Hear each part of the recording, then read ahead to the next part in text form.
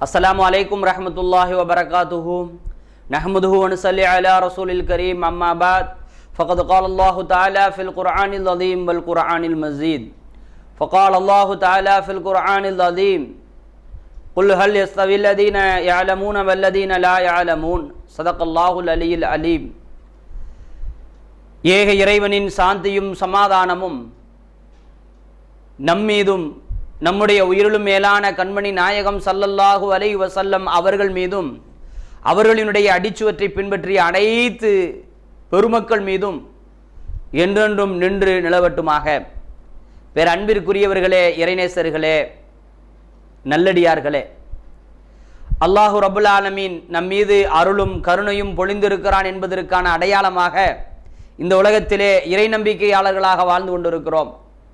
நம்முடைய செயல்பாடுகள், நம்முடைய எண்ணங்கள் அல்லாஹ்விற்கு பிடித்தமையாக இருக்கிறது. அல்லாஹ்விற்கு பிடித்தமையாக நாம் செயல்பட்டு இருப்பது என்பது, செயல்படுவதற்கான வாய்ப்பு என்பது இறைவனுடைய புறத்தில் இருந்து வழங்கப்பட்டு இருக்கக்கூடிய மிகப்பெரிய கிஃப்டாக இருக்கிறது. அல்ஹம்துலில்லாஹ். பேரன்பிற்குரியவர்களே, ரமலான் நம்மை விட்டு பிரிந்து சில நாட்கள் ஆகியிருக்கின்றன. ரமலான் சொல்லக்கூடிய பாடங்கள் ஏராளம் இருக்கிறது. ரமலானின் வழியாக நாம் பெற்றிருக்கக்கூடிய நன்மைகள் ஏராளம் இருக்கிறது. நாம் ஒரு மீளாய்வை நோக்கி நகர வேண்டிய தேவையும் கடமையும் இருக்கிறது. ரமலான் நம்மிடத்திலே என்ன விட்டு சென்று இருக்கிறது? ரமலான் பிரியா விடை தருகின்ற பொழுது நாம் என்ன உறுதிமொழியை ஏற்றோம் என்றெல்லாம் மறந்து விடாமல் மீளாய்வு அவ்வப்போது செய்து கொண்டே இருக்க வேண்டி இருக்கிறது.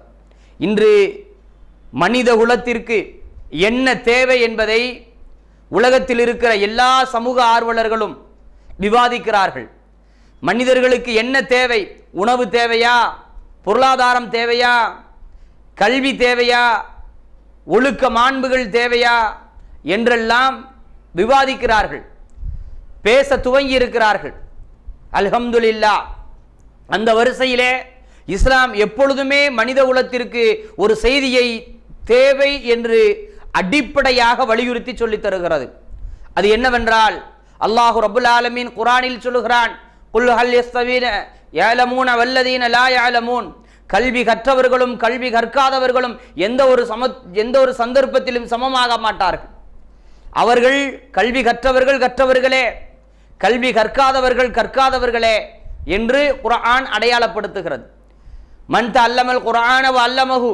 யார் குர்ஆனை கற்று, குர்ஆனிய கல்வியை கற்று, குர்ஆன் போதிக்கிற அந்த அறிவு ஞானத்தை கற்று, ஒழுக்கவியலை கற்று, பண்பியலை கற்று பிறருக்கு கற்றுக் கொடுக்கிறார்களோ அவர்கள்தான் சிறந்தவர்கள் என்று பல கருத்துக்கள் இதுபோன்று குர்ஆனின் வழியாக உத்தம நபி நாயகம் ஸல்லல்லாஹு அலைஹி வஸல்லம் அவருடைய வாழ்வியலின் வழியாக இந்த உலகத்திற்கு அடையாளப்படுத்தப்பட்டிருக்கிறது.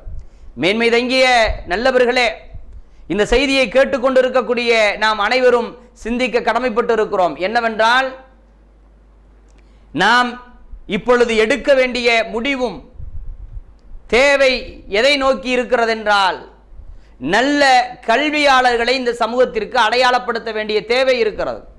நல்ல கல்வியாளர்கள், பெண் கல்வியாளர்கள், ஆண் கல்வியாளர்கள் தேவைப்படுகிறார்கள். குர்ஆனை நல்ல விதத்திலே மனனம் செய்த, குர்ஆனினுடைய விளக்கத்தை, தஃப்சீரை படிக்கின்ற, எடுத்து இயம்புகின்ற, பேசுகின்ற, எழுதுகின்ற, சமூகத்திற்கான வழிகாட்டிகளாக ஒரு ஐகானாக செயல்படுகிற ஆளுமைகள் இந்த சமூகத்திற்கு தேவைப்படுகிறார்கள். சமீபத்திலே நடந்து கொண்டிருக்கின்ற அரசியல் சூழல், அரசியல் குறித்தான ஒரு புரிதலோடு வழிகாட்டுகின்ற தலைவர்கள் இல்லையே என்று எல்லோரும் ஏங்குகிறோம். தலைவர்கள் எங்கிருந்து வருவார்கள்? சமூகத்தினுடைய வழிகாட்டுகள் எங்கிருந்து வருவார்கள்? வானத்தில் இருந்து நமக்கு தூக்கி வீசப்படுவார்களா? இல்லை, நாம் தான் உருவாக்க வேண்டும். கண்ணியமிகு காயிதே மில்லத் நல்ல ஒரு அரசியல் தலைவராக முன்னோடியாக வாழ்ந்திருக்கிறார்.